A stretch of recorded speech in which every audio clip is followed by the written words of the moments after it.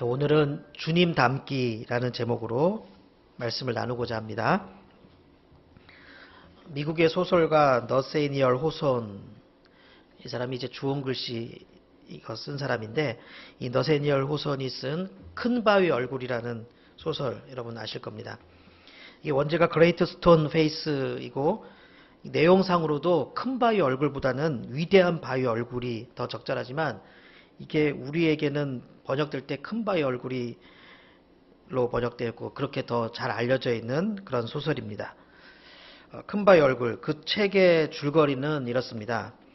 어느 마을에 멀리 바라보이는 사람 얼굴 모양의 바위산이 있었습니다. 그 바위산에 있는 얼굴 형상을 바라보면 어딘지 모르게 인자해 보이고 고귀해 보이고 평화로워 보이고 지혜로워 보였습니다. 그 마을 사람들은 대대손손 그 큰 바위 얼굴을 바라보면서 그것에 대해 이야기했습니다. 언젠가는 저 큰 바위 얼굴을 똑 닮은 훌륭한 사람이 우리 마을에 나타날 것이라는 그런 전설이 조상으로부터 내려오고 있었습니다. 그리고 마을 사람들은 그 희망으로 하루하루를 살아갔습니다. 그런데 그 마을에는 어니스트라는 가난하지만 정직하고 착한 소년이 살고 있었습니다. 소년은 어머니에게서 그 마을 대대로 내려오는 그 전설을 듣는 순간 마음이 뜨거워지고 평화와 기쁨이 샘솟는 경험을 했습니다.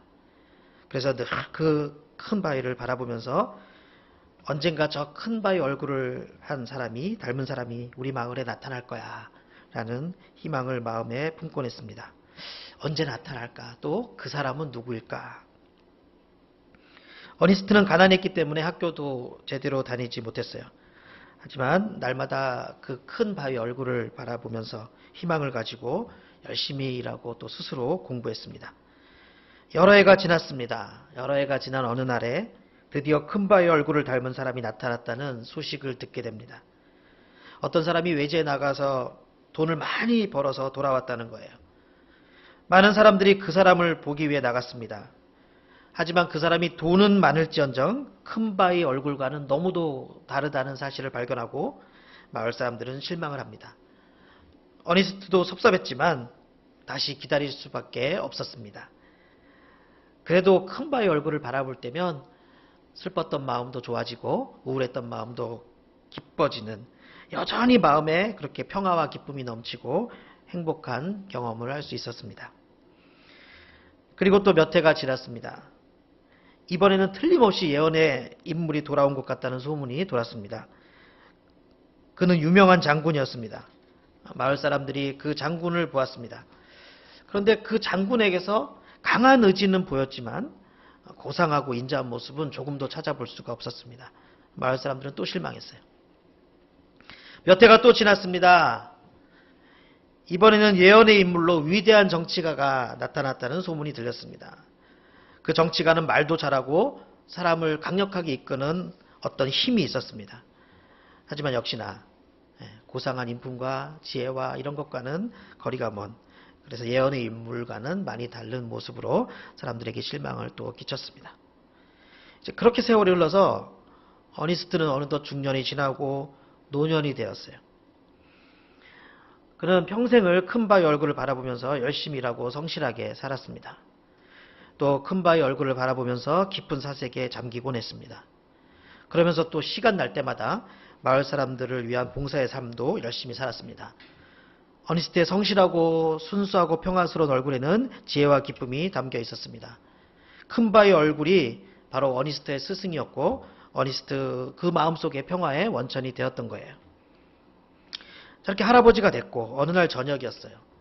이 노인이 된 어니스트가 자기의 평소처럼 자기 하던 일을 멈추고 마을 사람들을 모아놓고 좋은 이야기를 들려주고 있었어요. 마을 사람들은 이 어니스트의 이야기를 듣는 시간이 너무도 행복했습니다. 그때 이제 그 마을에 어느 시인이 지나가다가 어니스트의 얼굴을 쳐다보았는데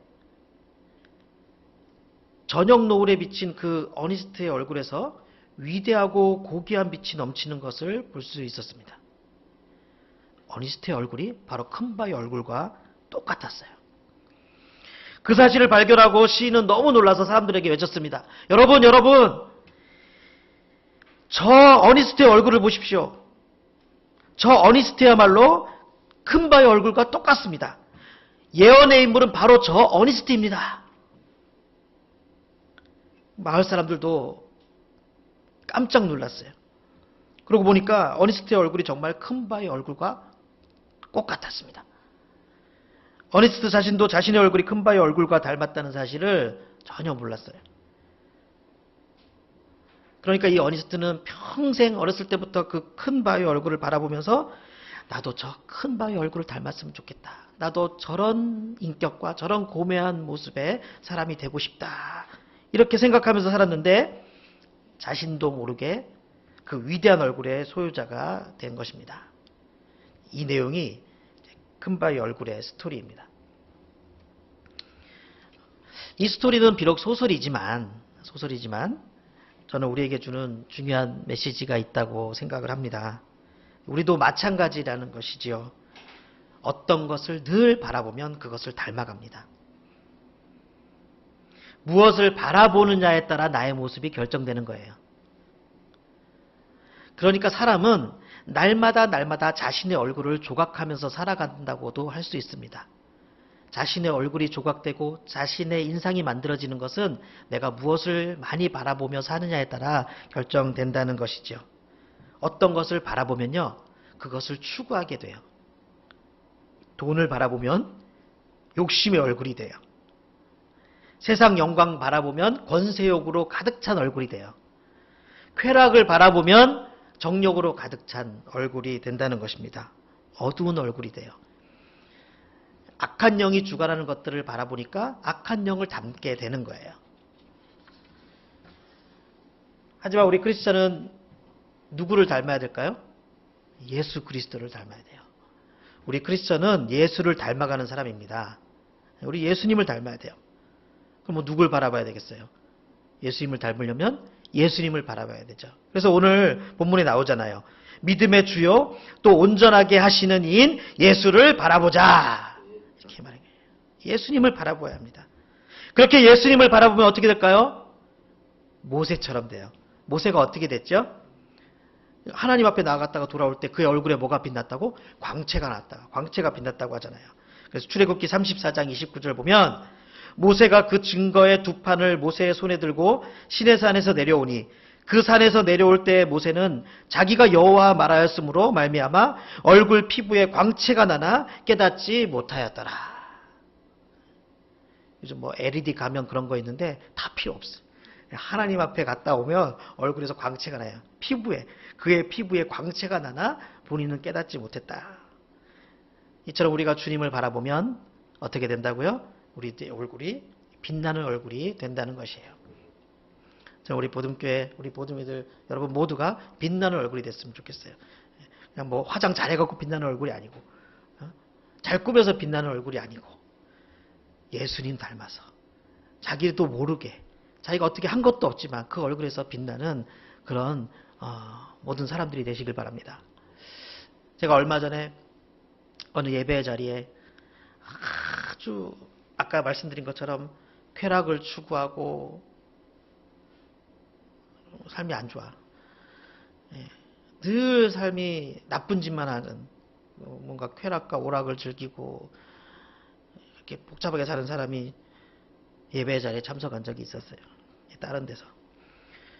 예배 드리기 전부터 예배 인도하는 제가 기분이 안 좋더라고요. 그 사람에 대해서 알고 있었어. 아니나 다를까 앉아있는데 그 얼굴 모습도 별로 안 좋아요. 억지로 앉아있는 거야. 예배 참석하고 싶어서 참석하는 게 아니라 어떻게 하다 보니까 예배인 줄 모르고 왔다가 이제 예배 자리에 같이 참석하게 되었어요. 저는 될 수 있으면 그 사람 쪽 얼굴을 안 보고 말씀을 전했어요. 그런데 예배 드리고 났는데, 예배 드리는 중에 정말 그 느낌이 있더라고요. 자꾸 그 얼굴이 들어와요. 말씀이 쏙쏙 들어가는 게 느껴져요. 정말 그 느낌 뭐라고 설명할 수 없는데 진짜 색깔로 표현하자면 진짜 밝아지는 느낌이 나더라고요. 아니나 다를까 예배 끝나고 나서 사람이 완전히 달라졌어요. 그전까지는 인상 쓰고 쭈구리 같은 뭐 그런 모습이었다면 굉장히 밝아져갖고 주변 사람들한테 말 걸고 그 예배 시간에 은혜 받았다고. 그 억지로 꾸미는 모습이 아니더라고요. 그 사람은 억지로 연기를 한다고 하더라도 그 얼굴색은 억지로 표현할 수가 없는 거잖아요. 근데 저는 확실히 봤어요. 얼굴색이 달라지더라고요. 얼굴에서 빛나더라고요. 더 잘생겨 보이더라고요. 더 빛나 보이고 환해 보이더라고요. 하나님의 은혜가 들어가면 사람의 얼굴이 그렇게 실제로도 밝아지는 거예요. 실제로도 변화되는 것입니다. 그래서 우리가 주님을 바라볼 때 당연히 주님 닮게 되는 것이고 주님 닮게 되면 빛나는 얼굴이 될 수밖에 없다는 것이에요. 자, 그렇다면 바라본다는 게 무슨 뜻일까? 바라본다는 것은 사모하는 것입니다. 바라본다는 것은 생각하는 거예요. 그러니까 주님을 바라본다는 것은 무엇일까요? 늘 주님을 사모하고 늘 주님을 생각하는 것을 의미해요. 그래서 오늘 본문 3절에서도 주님을 생각하라고 말씀하세요. 생각하라. 생각이 중요해요. 생각. 그래서 우리가 일을 할 때도 주님을 생각해야 돼요. 공부할 때도 주님을 생각해야 돼요. 잠을 잘 때도 주님을 생각하면서 잠들어야 됩니다. 말을 할 때도 주님을 생각해야 돼요. 장사를 할 때도 주님을 생각해야 돼요. 디자인할 때도 주님을 생각해야 돼요. 청소나 설거지 같은 집안일을 할 때도 주님을 생각해야 돼요. 운동을 할 때도 주님을 생각하면서 운동해야 돼요. 그래야 주님이 기뻐하시는 행동을 하게 되고 그러는 사이에 나도 모르게 주님 닮은 얼굴이 되는 거예요. 이 주님을 생각한다는 것을 좀 더 구체적으로 말하자면 대표적인 게 성경 말씀을 묵상하는 거예요. 왜요? 주님이 곧 말씀이시기 때문에 그렇습니다. 주님이 말씀이시기 때문에. 요한복음 1장 1절 여러분 잘 아시는 유명한 말씀이죠. 태초에 말씀이 계시니라. 이 말씀이 하나님과 함께 계셨으니 이 말씀은 곧 하나님이시니라. 그러니까 우리가 말씀을 본다는 것은 하나님을 보는 거예요. 말씀이 하나님이니까. 그래서 우리가 하고 있는 큐티 시간이 뭘까요? 바로 주님 얼굴 보는 시간이 큐티 시간입니다. 주님을 생각하고 주님을 만나는 시간이 큐티 시간이에요. 얼마나 중요한 시간인지 모르겠어요. 그래서 우리는 말씀 묵상을 통해 하나님을 만납니다. 우리는 그 시간을 통해 우리 삶을 그분 앞에 내어놓는 거예요. 그러면서 우리는 그 시간에 하나님께서 나의 삶을 어떻게 생각하실까? 하나님께서 나의 삶을 어떻게 보고 계실까?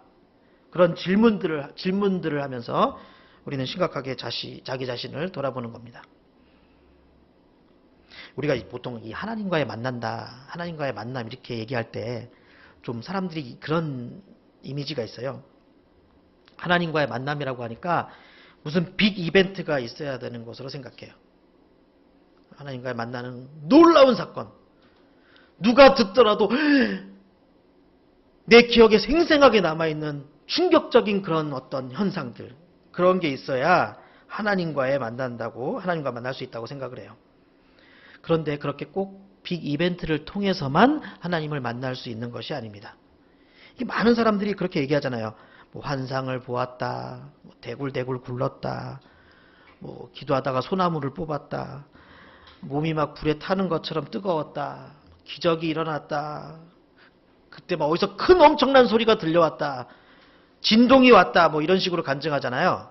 그러니까 우리는 꼭 그런 식으로만 하나님을 만나는 줄 안다고요. 그런데 아니라는 겁니다. 아니요. 오히려 그런 빅 이벤트보다 조용한 순간을 통해서 하나님은 우리를 더 잘 만나주세요. 성경에 그런 인물이 있습니다. 성경에서 그런 체험을 누가 했을까요? 엘리야 선지자예요. 엘리야는 지친 몸과 마음을 이끌고 광야로 갔어요. 거기서 하나님의 세미한 음성을 듣지요. 열왕기상 19장에 나와요. 그 장면이. 여호와께서 이르시되 너는 나가서 여호와 앞에서 살에 서라 하시더니 여호와께서 지나가시는데 여호와 앞에 크고 강한 바람이 산을 가르고 바위를 부수나 바람 가운데 여호와께서 계시지 아니하며 바람 후에 지진이 있으나 지진 가운데서도 여호와께서 계시지 아니하며 또 지진 후에 불이 있으나 불 가운데에도 여호와께서 계시지 아니하더니 그 다음이 중요해. 불 후에 세미한 소리가 있는지라. 그때 엘리야는 하나님의 음성을 듣고 하나님을 만나는 체험을 합니다. 하나님께서 엘리야가 열렬히 지지하고 간절하게 그렇게 원했던 그 엘리야가 추구했던 그런 바람이나 지진 또는 불 가운데 나타나시지 않으셨다는 거예요. 고요한 중에 세미한 음성으로 나타나시는 것을 볼 수 있습니다.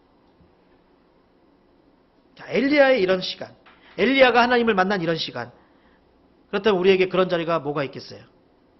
분주하고 소란스러운 일상을 잠시 멈추고 임하는 그 조용한 시간, quiet time,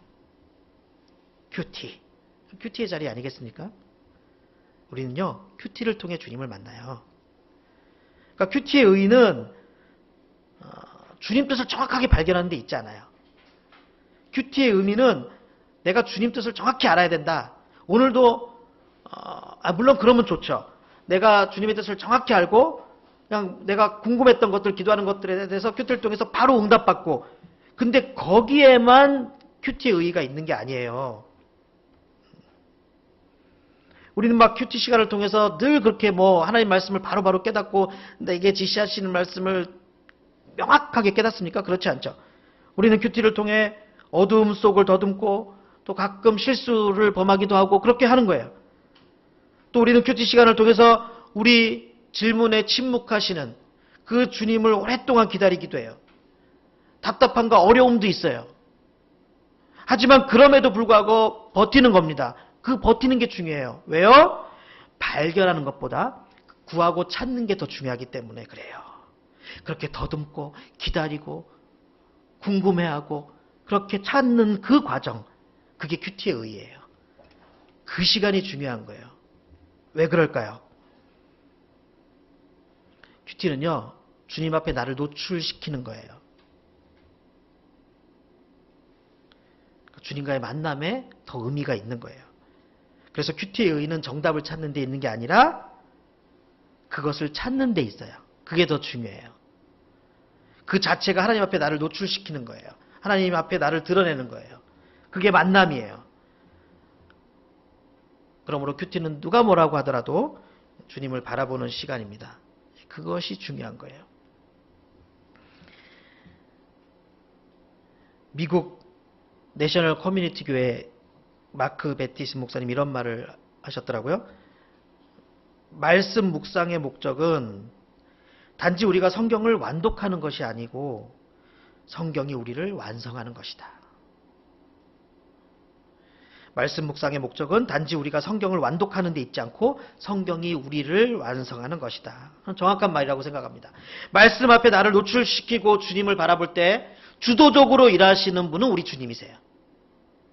그래서 그때 주님께서 내가 그냥 말씀 앞에 나를 노출시킬 뿐인데 그때 주님께서 나를 조각하시고 나를 다듬으시고 점점 주님 형상으로 만들어 주시는 것입니다. 그래서 오늘 이 히브리서 말씀도 보세요. 히브리서 본문은 주님을 바라보라고 말씀하세요. 또 뭐라 그래요? 주님을 생각하라고 말씀해요. 왜 그럴까요? 그렇게 해야 우리가 주님을 닮기 때문에. 저는 우리 모두미들 모두가 주님 닮은 사람이 되기를 바랍니다. 그래서 사람들이 내가 주님 얼굴을 실제 보지 못했지만 실제 보면 아마 저런 느낌, 저런 이미지일 거야. 이렇게 여러분들을 보면서 말할 수 있었으면 좋겠어요. 그래서 말씀 묵상을 통해 늘 주님 바라보고 늘 주님을 사모해서 주님 닮은 성도들이 되시기를 주의 이름으로 축원합니다.